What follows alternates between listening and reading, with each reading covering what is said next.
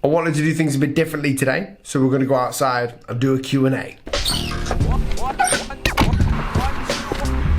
This video is sponsored by Dev Mountain. I've literally just walked like 5 minutes, and part of my New Year's resolution kind of thing is to do healthier things, like go out for walks. So I thought, instead of just making a YouTube video in my office about Q&A, I would just have a little walk about. You never know, it might be a bit different, might not be. I'm gonna go and find these questions that you guys have given me.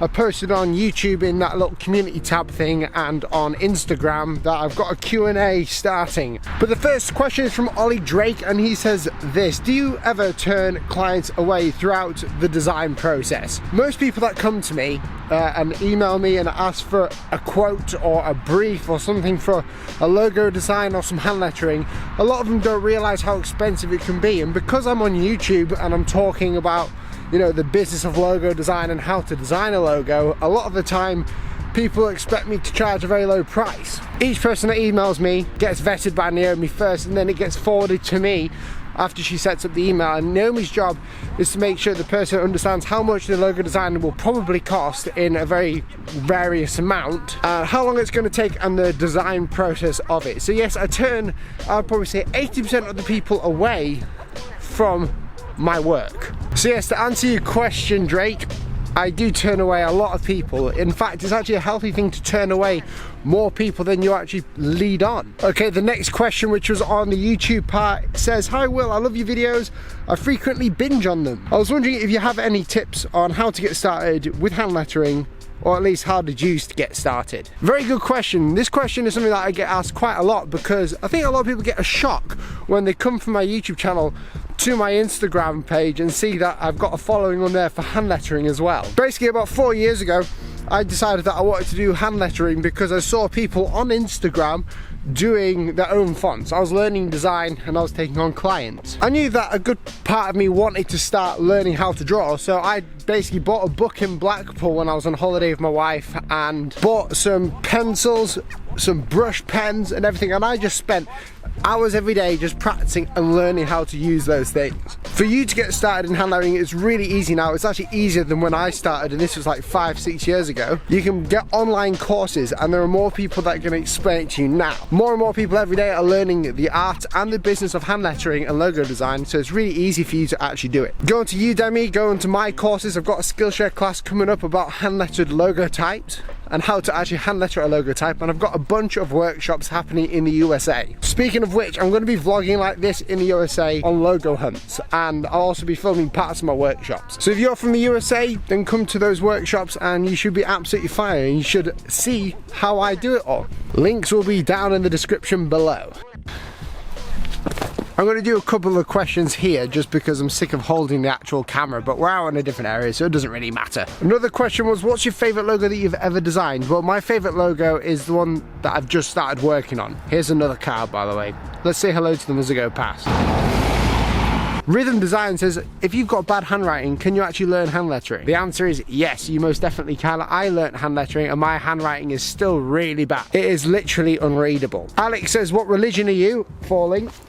I am Christian. I've got a whole story about it on my actual YouTube channel of how I became a Christian, when and where. I attend a church in my local town. It's a Pentecostal church. But yeah, I am a Christian and I love life. I love Jesus, and yeah, I just really do. He's changed my life. The next question, I'm having to bend down now, but the next question is, how do you digitize drawings? That's a very easy question. I use Adobe Illustrator, or I draw on my iPad, so it's instantly digitized. If you mean vectorize, it's definitely Adobe Illustrator, and I use the pen tool and I trace around it. Very, very easy. So a question from Instagram was, how do you set up your Instagram account to get clients? Well, that's a pretty simple question and a simple answer. The answer being that if you want to get clients, then post that work that you enjoy doing. Don't post that work that you've done for another client. Just do some of your own projects and post it out, and companies will find you. The next question is, do you hold your breath to make sure the line goes exactly where you need it? Are there any techniques you have learned for making the lines go in the direction you need to? Well, the easiest way for me to learn that, and I don't hold my breath really, I just make sure I'm calm and I haven't had too much coffee,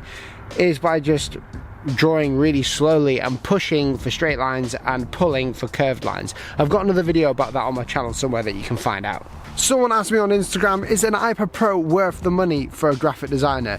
Now this is a hard question to answer because I do believe it's actually worth the money, but it depends on what field of design you're in. Graphic design is such a broad term now, it means anything. You could be an industrial designer, a packaging designer, a logo designer, and it just all comes down to being this graphic designer. If you're creating graphics like lettering. An iPad Pro is worth it for anyone who specializes probably in the hand-drawn illustrations and they need somewhere to draw digitally. So if you're going to buy a Cintiq, I would suggest only buying an iPad Pro and spending the money on that because it's worth the investment. But if you're not going to do that and you just need Photoshop or Illustrator just to click and drag with a graphics tablet or a mouse, then don't bother getting it. You don't need an iPad Pro. Someone says that they're just starting their journey into hand lettering. They're learning how to do it and how it's all working out, and basically they're asking if there's any more inspiration aside from the ones that I gave in last night's live stream. I follow a ton of people on my Instagram profile and I normally only follow people that inspire me, so go and check out my Instagram followers or the people that I follow on Instagram. There's like a couple thousand there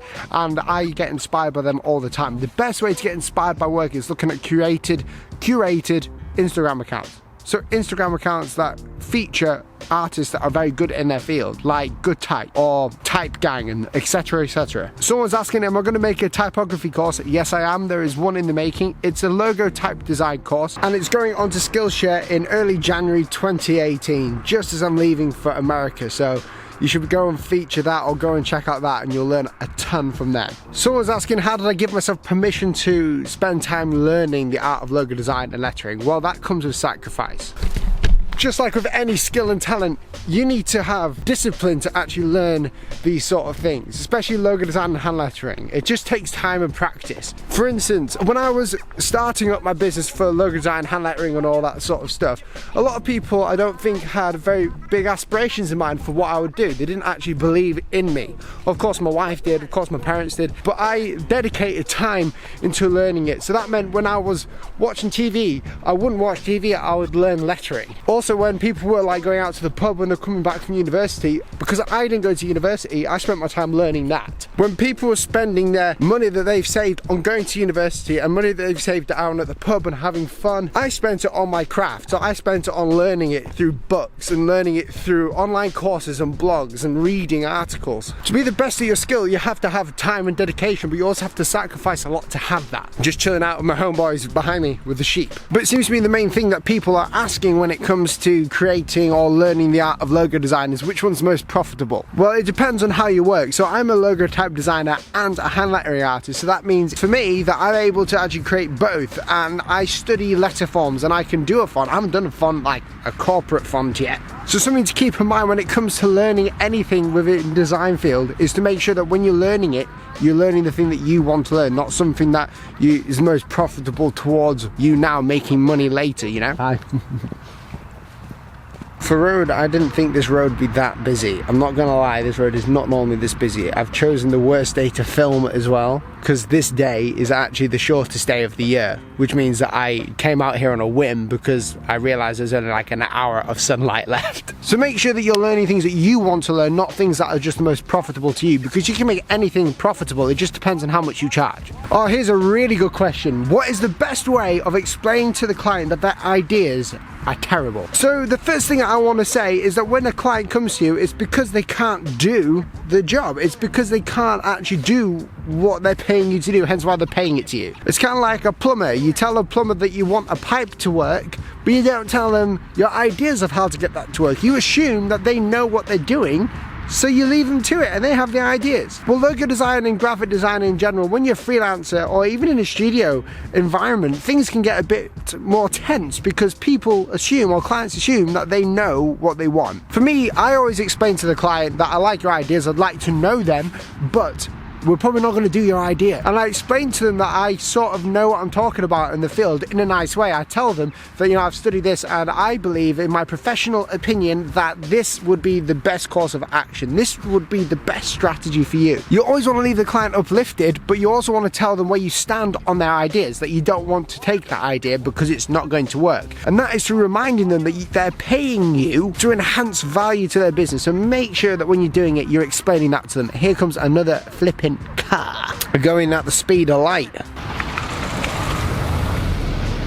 Man, I hate living in a small town sometimes. Sometimes a client will not like what you're doing and they will drop you. Sometimes you will have to put your foot down and say, no, we're either doing it this way or no way.